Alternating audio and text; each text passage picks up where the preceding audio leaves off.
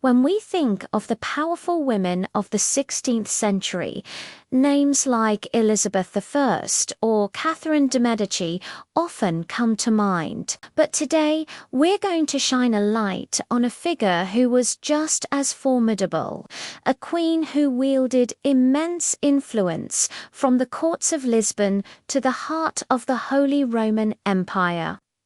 Her name was Catherine of Austria, Queen of Portugal, and her story is a masterclass in diplomacy, resilience, and power. Born in 1507, Catherine was a Habsburg through and through. She was the posthumous daughter of Philip the Handsome, Duke of Burgundy, and Joanna of Castile, often known as Joanna the Mad. This made her the sister of two Holy Roman emperors. Charles V and Ferdinand I. Imagine the dinner table conversations in that family. Her siblings included Queens of France, Denmark, Hungary, and Bohemia. From the moment she was born, Catherine was a crucial piece on the grand chessboard of European politics. Raised in the shadow of her powerful brother, Charles V, she received an education befitting a future queen, learning languages, politics, and the subtle art of courtly life. Her destiny was sealed early on. At the age of 18, she was married to her first cousin, King John III of Portugal. Now, cousin marriages were extremely common among royalty back then, especially for the Habsburgs, who used these unions to consolidate power and keep their vast territories within the family. This marriage was a strategic masterstroke, strengthening the alliance between the two dominant global powers of the era, Spain and Portugal. While it was a political match, by all accounts, Catherine and John developed a genuinely affectionate and devoted relationship. They shared a deep faith and a vision for their kingdom, forming a true partnership that would define Portugal for decades. As Queen of Portugal, Catherine was anything but a passive figurehead. John III deeply trusted her judgment and often consulted her on matters of state. She wasn't just sitting in the palace doing embroidery. She was an active participant in governance. Her correspondence with her brother, Emperor Charles V, is fascinating. Through these letters, she acted as a vital diplomatic link between Portugal and the sprawling Habsburg Empire. She wasn't just a sister writing to a brother. She was a queen negotiating with an emperor, advocating for Portugal's interests while maintaining the crucial family alliance. She skillfully navigated the complex rivalries and shifting loyalties that defined 16th century Europe. Catherine's influence extended far beyond diplomacy. She was a major patron of the arts and education, contributing significantly to the cultural flourishing of the Portuguese Renaissance. She commissioned magnificent works of art, supported scholars, and was instrumental in bringing the Jesuit order to Portugal. Her support for the Jesuits had a profound and lasting impact not only on education within Portugal, but also on the vast missionary efforts throughout the Portuguese Empire, from Brazil to Asia. Her court in Lisbon became a vibrant center of intellectual and artistic life, attracting poets, artists, and thinkers from across Europe. She understood that a great empire needed not just military might, but also cultural prestige. She also had an impressive collection of exotic artifacts and objects from Asia and Africa, which showcased the global reach of the Portuguese Empire. Her collection, known as a Cabinet of Curiosities, was one of the earliest and most famous of its kind in Europe. However, Catherine's life was also marked by immense personal tragedy. In an age of high infant mortality, she endured unimaginable loss.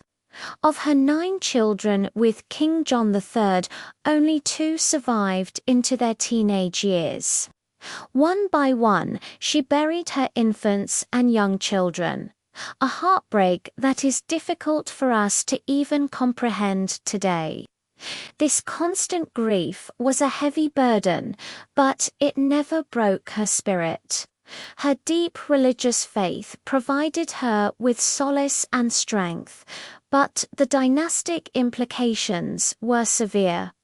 The survival of the royal line rested on a thread. Her hopes came to rest on her only surviving son, João Manuel, the Prince of Portugal. He was the heir, the future of the dynasty. In 1552, he married his cousin, Joanna of Austria, who was Catherine's own niece. The future of the Portuguese throne seemed secure, but fate dealt another cruel blow. Just 2 years after the marriage, in 1554, Prince João Manuel died suddenly at the age of 16, never having ascended to the throne. His wife Joanna was pregnant at the time.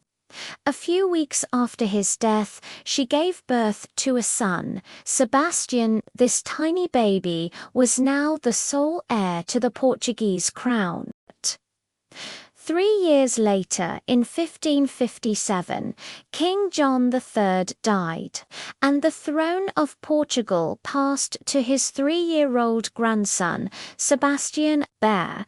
The kingdom needed a regent, someone to rule until the boy king came of age. The 2 most powerful figures at court were the Dowager Queen, Catherine, and the young king's other grandmother, Joanna. However, Joanna soon returned to Spain to serve as regent there for her brother, King Philip II. This left Catherine of Austria, now in her 50s, as the sole regent of Portugal. For 5 years, from 1557 to 1562, Catherine ruled the Portuguese Empire, and she proved to be an exceptionally capable and prudent ruler. This was the pinnacle of her political career. She wasn't just advising from the sidelines anymore. She was in charge. She managed the finances of the kingdom, oversaw its vast colonial territories, and continued to navigate the treacherous waters of European diplomacy. Her regency is often remembered as a period of stability and competent administration. She prioritized peace and economic strength, resisting calls for expensive foreign adventures. She knew the importance of a well-managed treasury and a secure kingdom. Her experience, intelligence, and deep understanding of power dynamics, honed over decades as Queen Consort, served her and Portugal well. However, her regency was not without its challenges. There were factions at court who sought to undermine her authority. Some nobles felt a female regent was unnatural, while others simply vied for their own power. In 1562, facing increasing pressure and perhaps tiring of the constant political battles, she stepped down as regent, handing over power to her brother-in-law, Cardinal Henry. She chose to retire from the forefront of politics. But she remained a respected and influential figure, the matriarch of the royal family. Catherine would live to see her grandson, King Sebastian, come of age. Sebastian was a passionate, romantic, and deeply religious young man, obsessed with the idea of a glorious crusade in North Africa. Catherine, with her years of political wisdom, was deeply worried. She and others at court advised him against this risky and ill-prepared venture.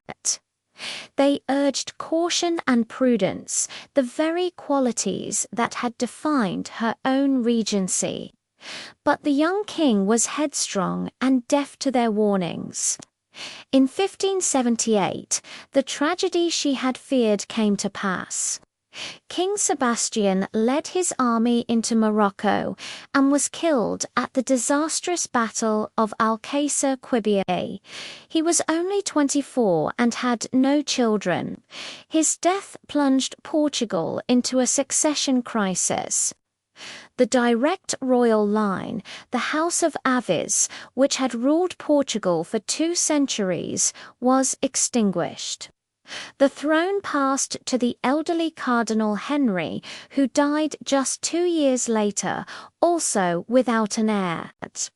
This power vacuum led directly to the Iberian Union, where Catherine's nephew, King Philip II of Spain, claimed the Portuguese throne, uniting Spain and Portugal under a single Habsburg monarch.